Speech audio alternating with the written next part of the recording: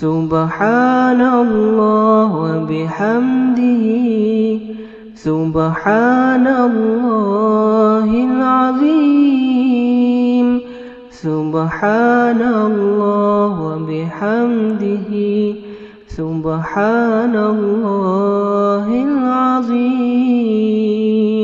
بسم اللہ الرحمن الرحیم۔ الحمد للہ رب العالمین والصلاة والسلام علی اشرف المرسلین نبینا و سیدنا محمد وعلی آلہ و اصحابہ اجمعین۔ ناظرین السلام علیکم۔ ہماری آج کی گفتگو کا موضوع ہے اتحاد امت۔ قرآن مجید میں ارشاد باری تعالی ہے ان هذه امتکم امتا واحدہ وانا ربکم فاعبدون، کہ یقیناً تمہاری یہ امت ایک امت ہے اور میں تمہارا رب ہوں، بس تم میری عبادت کرو۔ قرآن مجید میں امت کا لفظ 47 دفعہ آیا ہے۔ اس سے یہ اشارہ ملتا ہے کہ یہ کتنا اہم لفظ ہے اور یہ جو ٹرم ہے مسلمانوں کے لیے کتنی اہم ہے۔ اور پھر اللہ تعالیٰ نے امت مسلمہ کی کچھ خصوصیات بتائی ہیں۔ قرآن مجید میں ہم پڑھتے ہیں کنتم خیر امت اخرجت للناس تأمرون بالمعروف وتنہون عن المنکر وتؤمنون باللہ، کہ تم وہ بہترین امت ہو جسے لوگوں کے لیے میدان میں نکالا گیا ہے۔ تم نیکی کا حکم دیتے ہو، برائی سے روکتے ہو اور خود بھی اللہ پر ایمان رکھتے ہو۔ یا ایک مقام پر ارشاد ہوا وَكَذَلِكَ جَعَلْنَاكُمْ أُمَّةً وَسَطًا لِتَكُونُوا شُهَدَاءَ عَلَى النَّاسِ، کہ اللہ نے آپ کو ایک درمیانی امت بنایا ہے تاکہ تم لوگوں پر گواہ بن سکو۔ یعنی درمیانی امت سے مراد یہ ہے کہ ہم انتہا پسندی کا شکار نہیں ہوتے، کسی ایکسٹریمزم کا شکار نہیں ہوتے۔ تو یہ جو امت مسلمہ ہے اس کی اللہ تعالیٰ نے خصوصیات بتائی ہیں۔ ایک یہ کہ نیکی کا حکم دیتے ہیں، برائی سے روکتے ہیں، اللہ پر ایمان رکھتے ہیں، اور یہ کہ امت وسط ہیں، درمیانی امت، اور یہ بھی کہ قیامت کے دن لوگوں پر بطور گواہ کے پیش کیے جائیں گے۔ اللہ تعالیٰ نے جس طرح قرآن مجید میں امت مسلمہ کا ذکر کیا ہے، اسی طرح ہمارے نبی حضرت محمد صلی اللہ علیہ وسلم نے بھی ہمیں امت کا جو تصور ہے اس سے روشناس کرایا ہے۔ آپ صلی اللہ علیہ وسلم کا فرمان ہے، حجۃ الوداع میں آپ نے فرمایا کہ آج زمانہ جاہلیت کی جتنی بری رسم و رواج ہیں انہیں میں اپنے پاؤں تلے رونتا ہوں۔ اور پھر آپ نے فرمایا کہ اے لوگو، تمہارا پروردگار ایک ہے، تمہارا باپ ایک ہے، تم سب آدم کی اولاد ہو اور آدم کو مٹی سے پیدا کیا گیا۔ کسی عربی کو اجمی پر، کسی اجمی کو عربی پر، کسی گورے کو کالے پر، اور نہ کسی کالے کو گورے پر کوئی فوقیت حاصل ہے، الا ہے کہ وہ متقی ہو۔ اگر وہ متقی ہے، پرہیزگار ہے، تو اللہ کی نظر میں وہ افضل ہے، ورنہ تم سب برابر ہو۔ تو حضور صلی اللہ علیہ وسلم نے جو امت کے اوصاف بتائے ہیں اس میں یہ ہے کہ یہ آپس میں ایک دوسرے سے محبت کرتے ہیں، ہمدردی کرتے ہیں، خیر خواہی کرتے ہیں، رحم دلی کرتے ہیں۔ ایک حدیث ہے، حضرت نعمان بن بشیر رضی اللہ عنہ روایت کرتے ہیں کہ آپ صلی اللہ علیہ وسلم نے فرمایا مثل المؤمنین فی توادہم وتراحمہم وتعاطفہم مثل الجسد اذا اشتکا منہ عضو تداعى له سائر الجسد بالسہر والحمى۔ متفق علیہ حدیث ہے۔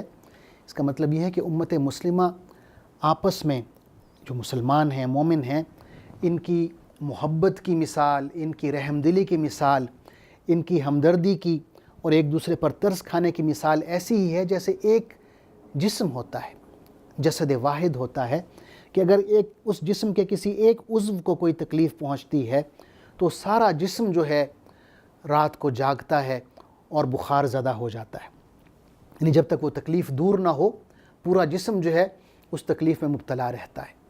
اسی طرح آپ صلی اللہ علیہ وسلم نے امت مسلمہ کی مثال دی کہ اگر امت مسلمہ کا کوئی ایک حصہ جو ہے اسے تکلیف پہنچتی ہے تو پوری امت اس تکلیف میں شامل ہوتی ہے، اس کی مدد کو لپکتی ہے، یہاں تک کہ وہ تکلیف، وہ مصیبت یا وہ مشکل دور نہ ہو جائے۔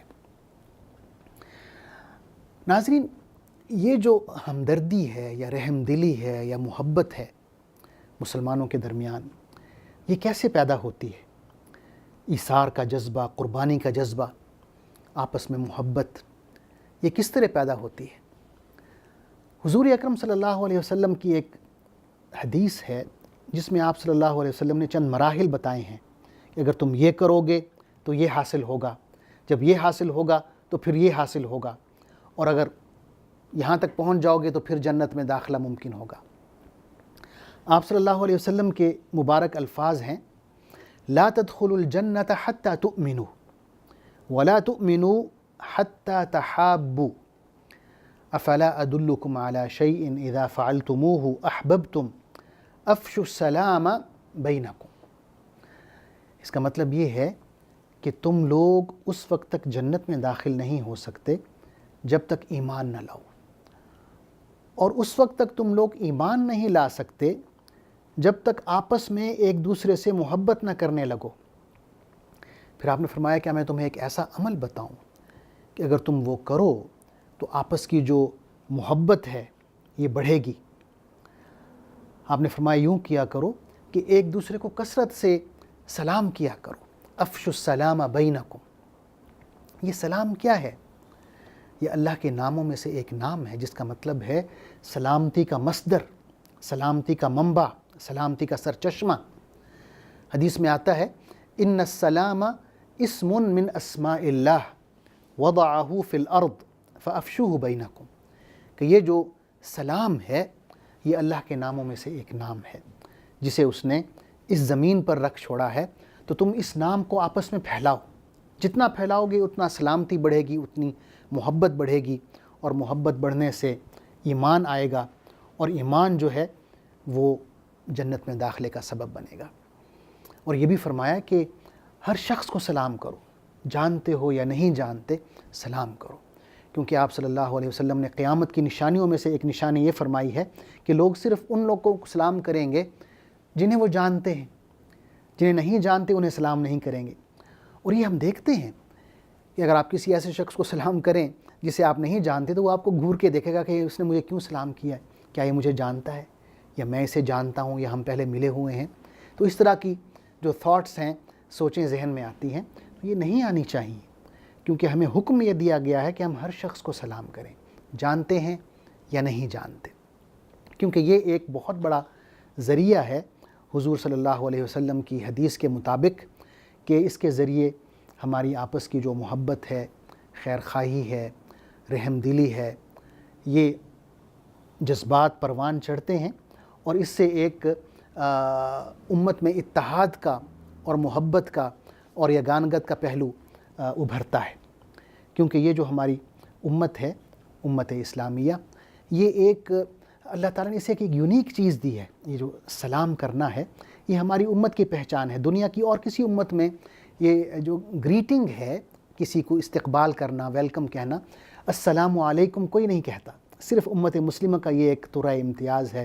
اللہ تعالیٰ نے ہمیں یہ گریٹنگ دی ہے کہ جب آپ کسی سے ملیں، استقبال کریں، ویلکم کریں، تو اس کا طریقہ یہ ہے کہ آپ یوں کہیں السلام علیکم، کہ تم پر سلامتی ہو، یعنی آپ دوستی کا ہاتھ بڑھاتے ہیں، اس میں آپ یہ یقین دلا رہے ہیں کہ میری طرف سے تم محفوظ ہو، تمہیں کوئی خطرہ نہیں ہے۔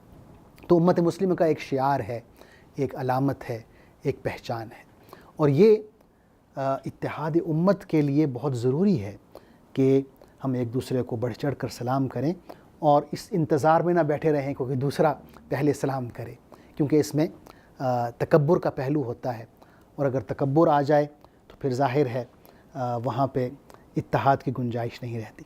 اللہ تعالیٰ سے دعا ہے کہ ہمیں آپس میں اتحاد، محبت اور یگانگت کی توفیق عطا فرمائے.